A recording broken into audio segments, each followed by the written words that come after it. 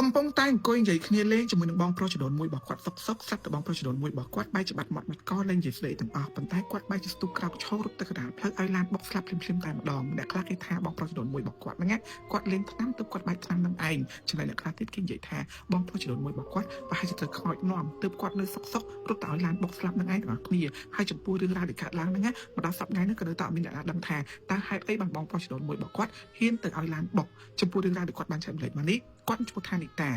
ាប្រាប់ថារឿងរ៉ាវមួយនេះវាគឺជារឿងរ៉ាវដែលកើតឡើងទៅលើបងប្រុសចំនួនមួយរបស់គាត់កាលពីឆ្នាំ2017ផ្ទះរបស់នីតាជាមួយនឹងផ្ទះបងប្រុសចំនួនមួយរបស់គាត់គឺមានទីតាំងនៅតាមខេត្តហើយនៅជាប់នឹងផ្លូវជាតិដូចគ្នានឹងឯងហើយក៏ជាប់លបងគ្នាដែរគាត់តែផ្ទះពួកគាត់ទាំងពីរហ្នឹងគឺមានធ្វើទ្វារសម្រាប់បាក់ចេញចូលទៅរកគ្នាអីចឹងទៅចឹងផ្ទះពួកគាត់ទាំងពីរគ្រួសារហ្នឹងគឺគាត់ថាជាគ្រួសារដែលថាស្រឡាញ់គ្នាខ្លាំងមែនតើពេលថ្ងៃពេលខ្លះគឺហូបបាយជុំគ្នាហើយពេលយប់វិញគឺហូបបាយជុំគ្នាសឹងតរាល់ថ្ងៃហ្មងបើមិនហូបបាយនៅផ្ទះរបស់នីតាទេក៏ហូបបាយនៅផ្ទះបងប្រុសចំនួនមួយរបស់គាត់ដែរបងប្រុសចំនួនមួយរបស់គាត់គឺមានឈ្មោះថាបុកឌីនឹងឯងចឹងគាត់ថានៅពេលមួយហ្នឹងគឺក្រោយពេលដែលគាត់ហូបបាយពេលល្ងាចហើយនេះខ្ទង់ម៉ោង7 8យប់ហ្នឹងហូបបាយរួចក៏មកអង្គុយនិយាយគ្នាមុខផ្ទះបងប្រុសចំនួនមួយរបស់គាត់មុខផ្ទះពួកគាត់ទាំងពីរគឺបាក់លក់អីវ៉ាន់ដូចគ្នានឹងឯងអស់គ្នាគាត់ទៅផ្ទះបងនីតាគាត់បាក់លក់អីវ៉ាន់ចាប់ហួយចំណែកមុខផ្ទះបងប្រុសចំនួនមួយរបស់គាត់វិញគឺបាក់លក់ជាគ្រឿងកោបាក់លក់អីចឹងទៅពួកគាត់មិនលក់ដូចគ្នាទេហើយក្រុមគ្រួសាររបស់គាត់ដូចនិយាយចឹងដោយសារតែពួកគាត់មិនលក់ដូចគ្នានឹងហើយទៅពួកគាត់ទាំងពីរអ្នកគ្រួសារគឺគ្រប់ស្រឡាញ់គ្នាខ្លាំងណាស់ដោយសារតែម្ដាយរបស់ពួកគាត់ទាំងពីរគឺជាបងប្អូនគ្នាប្រការនឹងឯងអស់គ្នាអញ្ចឹងគាត់ក៏អង្គុយនិយាយគ្នាកំពុងតែអង្គុយនិយាយនេះគាត់ស្រាប់តែបងប្រុសចំនួនមួយរបស់គាត់មានឈ្មោះថាបងឌីហ្នឹងគាត់ក៏លេងមាត់លេងកទាំងអស់គាត់អង្គុយស្ងៀមអោនមុខចែហើយពេលហ្នឹងនៅពេលអង្គុយនិយាយគ្នាគឺមានសមាជិកទាំងអស់គឺ4នាក់មានគាត់បងឌីហ្នឹងប្អូនបងឌីជាមួយនឹងប្អូនប្រុសបងនីតាហ្នឹងឯងក៏គាត់និយាយគ្នាបន្តទៀតស្រាប់តែប្អូនប្រុសរបស់បងឌីគាត់ថាចេះមកនេះកើតអីហ្នឹងពុកផ្លែកនៅសុកវាថាអត់មកអត់កឲ្យអង្គុយអន់មុខចោះចាំទៀតចឹងក៏សួរចឹងណាអញ្ចឹងនីតាពេលលឺសម្ដីគេនិយាយចឹងគាត់ងាកទៅមុខបងឌីពេលងាកទៅមុខបងឌីទៅបងឌីគាត់អង្គុយនៅចិត្តនីតានឹងឯងចឹងងាកទៅគាត់ឲ្យដៃរុញចេះបងចឹងបងឌីមើលមុខគាត់ចេះមើលមុខគាត់ហើយគាត់អត់មកអត់កឲ្យទៀតអញ្ចឹងគ្រប់គ្នាគាត់ថាបងឌីប្រហែលចង់លេងសាច់មួយពួកគាត់អញ្ចឹងក៏អត់និយាយមួយបងឌីទេក៏ពួកគាត់បន្តនិយាយគ្នាទៀតហើយគាត់ថានៅពេលហ្នឹងពេលដែលគាត់និយាយគ្នាហ្នឹងគឺអត់មាននិយាយពាក្យណាដែលមើលងាយបងឌីឬក៏អត់មាននិយាយពាក្យណាដែលលើសលប់បងឌីទេដោយសារអីក្នុងចំណោមពួកគាត់ទាំងអស់គ្នាហ្នឹងបងឌីគឺមានអាយុច្រើនជាងគេបងឌីគាត់មានអាយុប្រហែលជាខ្ទង់20ឆ្នាំគាត់ចំណែកនីតាហ្នឹងគាត់អាយុ14 15ឆ្នាំអីទេចំណែកក្មេងៗ2នាក់ទៀតបើទោះបីជាបងប្អូនចំនួនមួយសិក្សានេះក៏ពិតមែនប៉ុន្តែ2នាក់ហ្នឹងក៏ដែរហ៊ាននិយាយឆ្លើយទាំងអស់គ្នាគឺនិយាយធម្មតាចឹងទៅអញ្ចឹងក៏បន្តនិយាយគ្នាបានប្រហែលជាខ្ទង់កន្លះម៉ោងក៏ស្រាប់តែបងឌីត្រូវជាបងប្រុសចំនួនមួយរបស់នីតាហ្នឹងគាត់អត់មកអីទាំងអស់ស្ទុះក្រោកឈររត់ទៅកណ្ដាលផ្លូវនៅផ្លូវជាតិនៅពេលហ្នឹងបើទោះបីជាផ្លូវហ្នឹងទាំងអស់គ្នាពេលយប់រៀងស្ងាត់ក៏ពិតមែនប៉ុន្តែមានគុំតំណបាក់ទៅលឿនខ្លាំងមែនតើគាត់ទៅបងប្រុសចំនួនមួយគាត់រត់ទៅកណ្ដាលផ្លូវភ្លាមនេះពួកគាត់ទាំង3នាក់ងាកទៅមើលក៏ស្រាប់តែបងប្រុសចំនួនមួយរបស់គាត់ត្រូវបានឡានបុកព្រមនឹងឯងទាំងអស់គ្នាហើយឡានដែលបុកបងប្រុសចំនួនមួយគាត់នៅពេលហ្នឹងគឺឡានកង់10ហើយឡានហ្នឹងម្ចាស់ឡានគេក៏មិនរត់ទៅណាទេគ្នានៅឈប់ចាក់ស្រាំងល្ងូតហ្មងប៉ុន្តែគឺវាហួសពេលហើយបងប្រុសចំនួនមួយរបស់គាត់ឈ្មោះថាបងឌីហ្នឹងគឺនៅក្រោមកង់ឡានក្បាលគឺគាត់ឡងខ្ទេចហ្មងទាំងអស់គ្នាអ៊ំរបស់គាត់នេះដែលត្រូវជាម្ដាយបងឌីហ្នឹងគឺគាត់ស្រែកទៅហូរយំឡើងស្លាប់ស្រែកឡើងស្លាប់ហ្មងគាត់ទទួលយកបានទេដោយសារវាភ្លាមខ្លាំងពេកហើយណាមួយទៀតអ៊ំស្រីរបស់គាត់ហ្នឹងគឺគាត់មានកូនប្រុសតែ2នាក់ហ្នឹងទេហើយសុកហ្នឹងកូនប្រុសច្បាស់បីទៅស្លាប់អញ្ចឹងអត់មានបញ្ហាគេទទួលបានសោះសូម្បីតែម៉ាក់ប៉ារបស់នីតាក៏ទទួលយកបានដែរពេលហ្នឹងទាំងគ្នាអ្នកភូមិមកឈូឆោមើលជុំគ្នាទាំងអស់ហ្នឹងឯងហើយនៅពេលដែលកម្មវិធីបុណ្យសពហ្នឹងគឺមានអ្នកខ្លះនៅក្នុងកម្មវិធីបុណ្យសពហ្នឹងហ្មងនិយាយមកក៏អត់មានគ្រប់សពទេគឺនិយាយសឹកសៀវគ្នាថាអាឌីហ្នឹងសង្ស័យវិញ្ញាណឆ្នាំវាជក់ឆ្នាំវាជប់អីចឹងទៅព្រោះអាហ្នឹងវាឡើងទៅនំពេញអញ្ចឹងណាពេលហ្នឹងបងប្រុសរបស់គាត់ឡើងទៅនំពេញបានកម្មទី1ហើយអញ្ចឹងក៏ថានិយាយអញ្ចឹងទៅហើយក៏និយាយទៀតថាវាមិនដែលមនុស្សធម្មតាណានៅសុកទៅថាទៅឲ្យឡានបុកតោះតាពុកបែកឆ្នាំដែលវាមើលឃើញឡានទៅជារបៀបថាកដោបមើលឃើញឡានទៅជារូបភាពផ្លែកៗចឹងណាទៅព្រោះតែឲ្យឡានបុកអីចឹងទៅវាថាគឺគេនិយាយគ្រប់គ្នានឹងឯងទាំងគ្នាប៉ុន្តែគាត់ជឿជាក់លើបងប្រុសចំនួនមួយរបស់គាត់ថាបងប្រុសចំនួនមួយរបស់គាត់ហ្នឹងគឺអត់មានជក់ឆ្នាំអត់មានអីទេចំណែកអ៊ំរបស់ម្ដាយរបស់បងឌីហ្នឹងក៏គាត់ជឿលើកូនប្រុសរបស់គាត់ដែរថាកូនប្រុសរបស់គាត់អត់មានទៅធ្វើអីផ្ដេសផ្ដាសឬក៏ជក់ឆ្នាំអត់មានអីទេហើយដែលសំខាន់ណាស់បងឌីហ្នឹងគឺអត់មានអារម្មណ៍ថាមានបញ្ហាស្ទើរអារម្មណ៍ក៏អត់មានដូចគ្នានឹងឯងដូចស្អីពេលដែលគាត់មកនៅពេលដែលគាត់ត្រឡប់មកលេងស្រុកវិញនេះគឺគាត់និយាយថាអាការៈគាត់គឺធម្មតាមែនតើមិនមែនជាមនុស្សដែលសំនឹងចង់សម្រាប់ខ្លួននេះគឺអត់មានសោះហ្មងអញ្ចឹងកម្មវិធីបុណ្យសពគេប្រទៅរហូតដល់ចប់សពគ្រប់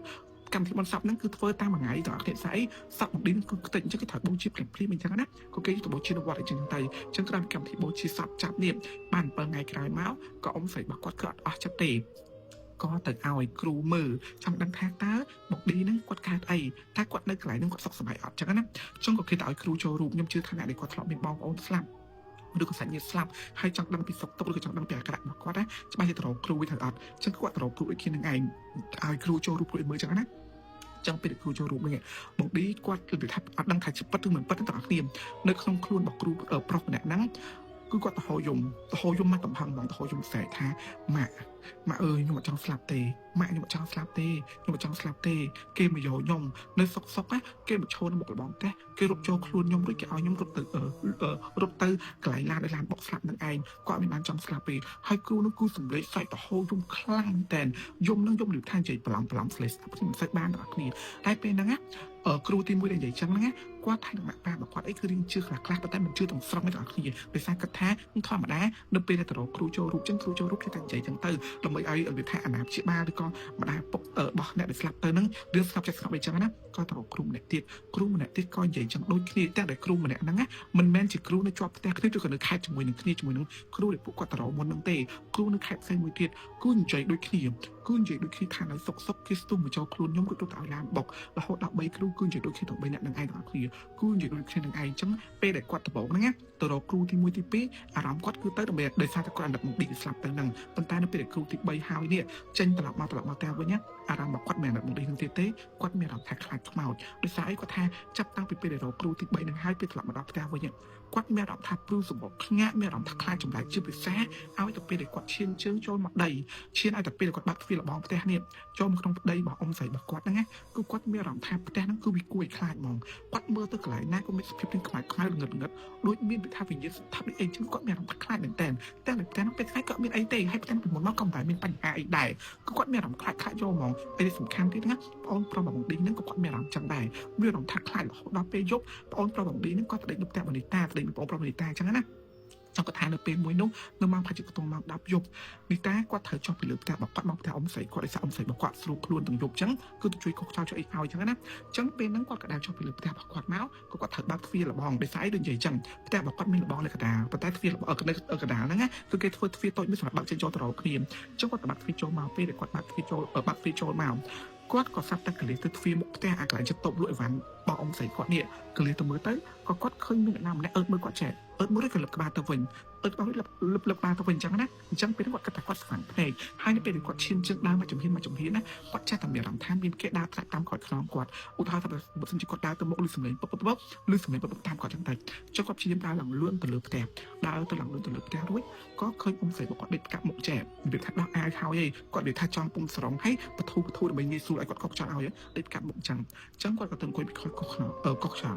กจางจังไงกระปุกกอกช้าก็สัตว์อมเราบอกquạtดาวลางเมาอมเราquạtดาวลางมาให้กอดหมดแต่ดาวลางมารุ่ยฉลังมือตับประปนติ๊กรุ่ยกระดาษโชว์ทองตกบันแต่บันจังนะ